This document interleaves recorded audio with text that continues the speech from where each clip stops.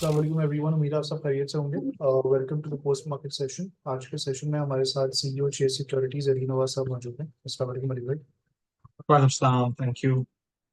अली भाई, आज मार्केट में हमने जो है वो एक डिसेंट अपसाइड देखी with with N upside of almost 2000 points. Market ने जो है वो अपने एक नए ऑल टाइम हाइस की करीब जो है वो क्लोज करा।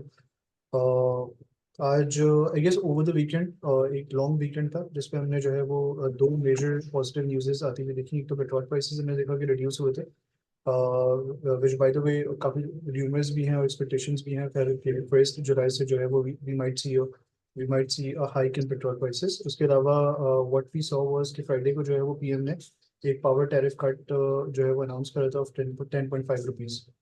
This came after that move in the budget, जहाँ पे हमने देखा था कि जितनी भी एक्सपोर्ट ओरिएंटेड कंपनीज थी उनको जो है वो नॉर्मल टैक्स regime पे जो है वो लाया गया था। From 1% they are now bound to pay 29% tax. तो इसमें जो है वो थोड़ा सा रिलीफ मिला। तो आज की मार्केट की परफॉर्मेंस को किस तरीके से देख रहे हैं और इन दो मेजर इवेंट्स पर किस तरीके से? जी, देखिए आज हमने मार्केट में देखा कि काफ़ी अच्छी मूवमेंट थी।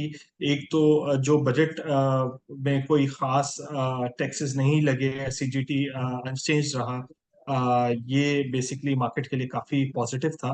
और जो है वो क्या कहते हैं कि जो वो बजट के लिए काफ़ी पॉजिटिव था, मार्केट के लिए काफ़ी पॉजिटिव था। और उसके बाद वही कंटिन्यूएशन हमने देखा कि लॉन्ग वीकेंड से पहले रैलीज थी मार्केट के अंदर। और जैसे ही वो रैली फ्राइडे को हम छुट्टी पे जा ही रहे थे और वीकेंड पे ये न्यूज आई कि इंडस्ट्रियल पावर टैरिफ कम कर दिया है। और इंडस्ट्रियल पावर टैरिफ कम होने के बाद जो है वो एक एक ये एक अच्छा ट्रिगर था। फिर हमने आज देखा कि यही जो मोमेंटम है मार्केट का, ये कंटिन्यू किया।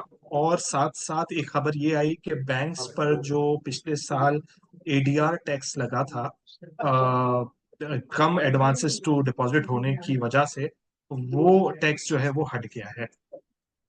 और वो टैक्स पोटेंशियली हट रहा है। कोई इसका फॉर्मल सर्कुलर नहीं आया, बट मार्केट में एक्सपेक्टेशंस थी कि वो सर्कुलर जो है वो इस बजट में वो क्लॉज कंटिन्यू नहीं है। तो शायद ये टैक्स जो है वो हट गया है, जिसकी वजह से काफी पॉजिटिव मोमेंटम जो है वो मार्केट में देखा गया और उसी की कंटिन्यूएशन हुई। इसके अलावा जो है वो एक बात ये थी कि काइबोर और जो सेकेंडरी मार्केट्स में जो यील्ड थी वो कंटिन्यूसली फ्राइडे वाले दिन भी नीचे रही है। और आज भी हमने देखा है कि वो नीचे जो है वो रही है।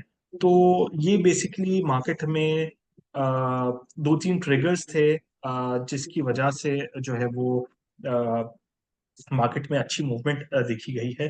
प्लस फिर हम कुछ ये भी बात सुन रहे थे कि जो एक्सपोर्टर्स पे टैक्स लगाया है गवर्नमेंट ने, अब वो निगोशिएट हो रहा है। और वो नॉर्मल टैक्स रिजीम से की जगह वो आप कोई टर्नओवर टैक्स यानी सेल्स टैक्स, सेल्स पर जो टैक्स लगता है, जो टॉप लाइन पर है उस पर कोई एक फॉर्मूला डिसाइड हो रहा है। शायद 1 से 1.5% सेल्स का होगा और इनकम का नहीं होगा।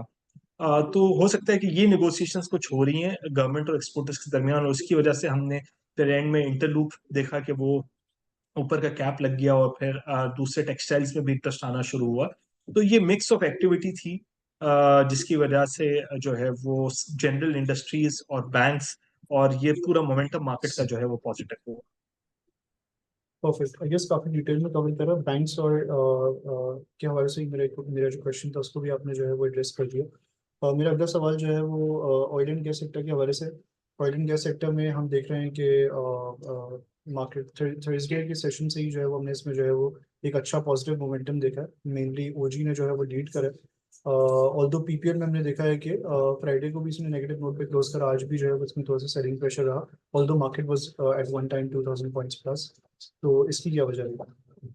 देखिए जनरली हमने कुछ लास्ट वीक देखा भी था कि ओजीडीसी और पीपीएल में काफी अच्छी प्राइस मूवमेंट भी थी और एक वक्त पे दोनों अपर कैप्स भी लग गए थे। तो होता यह है कि जनरली जो है वो जब एक सेक्टर में इंटरेस्ट होता है तो जो है वो दूसरा सेक्टर या कंसोलिडेट कर रहा होता है। तो आई थिंक सिर्फ हमने कंसोलिडेशन ही देखी है, कोई वजह इसमें है नहीं। आई थिंक स्टॉक्स अभी भी 2 सवा 2 टाइम्स प्राइस टू अर्निंग्स पे ट्रेड कर रहे हैं। गवर्नमेंट ने अनाउंस किया है कि कोई सर्कुलर डेट फ्रेश पाइलअप नहीं होगा इन FY 25, ये बजट में अनाउंसमेंट की है। फिर हम ये भी देख रहे हैं कि IMF बहुत स्ट्रिक्ट है सर्कुलर डेट की रेजोल्यूशन पे, तो हम IMF प्रोग्राम पर इस पर भी कोई ना कोई चीज देखेंगे। तो आई थिंक ऐसी कोई नेगेटिव खबर नहीं थी। आई थिंक सिर्फ एक सेक्टर कंसोलिडेट कर रहा था और इसके प्रोस्पेक्ट जो है वो अभी भी पॉजिटिव है।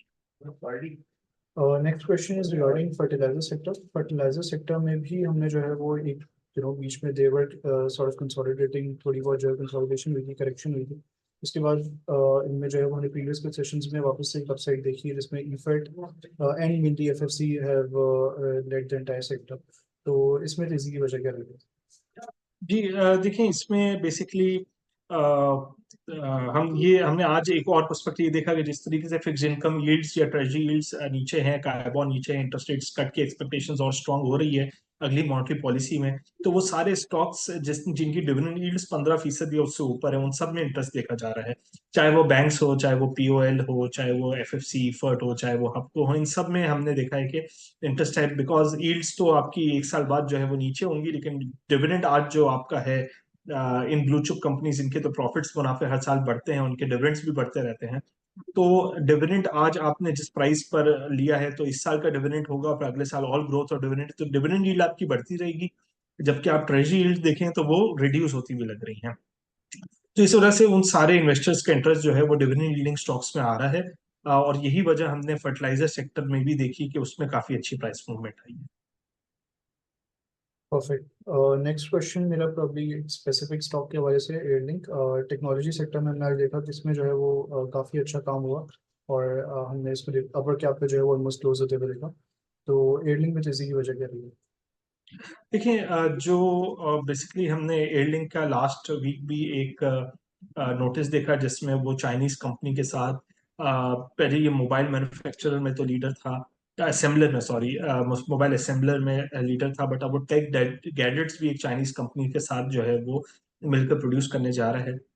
तो ये वो कंपनीज है जिसके रेवेन्यूज में हमने फिनोमिनल ग्रोथ देखी है। ये कंपनी जो है वो ऑन एवरेज 40 अरब रुपए का क्वार्टरली जो है वो सेल्स कर रही है, विच इज वेरी गुड। कि एक कंपनी जो है वो अभी कुछ साल हुए हैं और 100-150 अरब रुपए की सेल्स कर रही है और बहुत तेजी से ग्रो कर रही है। तो आई थिंक यही वजह बनी कि इसमें जो है वो काफी स्ट्रॉन्ग इन्वेस्टर्स का इंटरेस्ट देखा गया कि ये एक वो सेक्टर है, या ये वो उस सेगमेंट में आपको एक्सपोजर देता है जो कि ग्रोइंग सेक्टर है। और इतनी बड़ी पॉपुलेशन में जो टेक गैजेट्स हैं, जो मोबाइल फोन्स हैं, वो काफी जो है वो उनकी डिमांड और उनकी कंजप्शन बहुत ज्यादा है। और कोई लिस्टेड कंपनी हमें मिलती नहीं है जिसमें आपको ये एक्सपोजर मिले। शायद लकी में आपको मिल जाए, बट वो बहुत छोटा कंपोनेंट है एक बहुत बड़ी कंपनी का। बट एयरलिंक का तो मेन बिजनेस यही है। तो इस वजह से हमने जो है वो इसमें जो है वो काफी अच्छी प्राइस मूवमेंट देखी। Perfect. To wrap up the session Ali भाई, last question is regarding market. क्या स्ट्रैटेजी चाहिए? कल last day of the week है और फिर अगला हफ्ता रोल ओवर वीक है, तो क्या स्ट्रैटेजी चाहिए? जी देखिए, मेरा ख्याल ये है कि मार्केट का मोमेंटम तो पॉजिटिव ही रहेगा, बट हमें ये बात देखने की जरूरत है कि मार्केट 3-4 दिनों में कुछ 5,000 पॉइंट जो है वो बढ़ गई है। कुछ 73 से 78,000 की रैली हुई है इमीडिएटली आफ्टर बजट। तो ये थोड़ा सा मार्केट के लिए एक थोड़ा सा कंसोलिडेशन हो सकती है मार्केट में। Next week roll over week भी है, फिर ईयर एंड भी है, तो थोड़ी उससे भी रिलेटेड प्रॉफिट टेकिंग हो सकती है। बट ओवरऑल मुझे मार्केट का मोमेंटम जो है वो पॉजिटिव ही लग रहा है। जैसे ही जुलाई शुरू होगा तो कॉर्पोरेट रिजल्ट सीजन शुरू होगा, फिर IMF के जो है वो IMF का प्रोग्राम जो है वो कंक्लूजन की तरफ जा रहा होगा, हमें वो क्लोज करना है जुलाई के महीने में।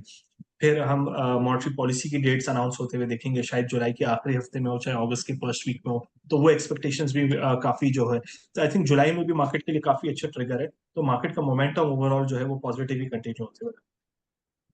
Okay, thank you so much Ali भाई for taking out time for this session. Thank you so Allah much, हाफिज़। थैंक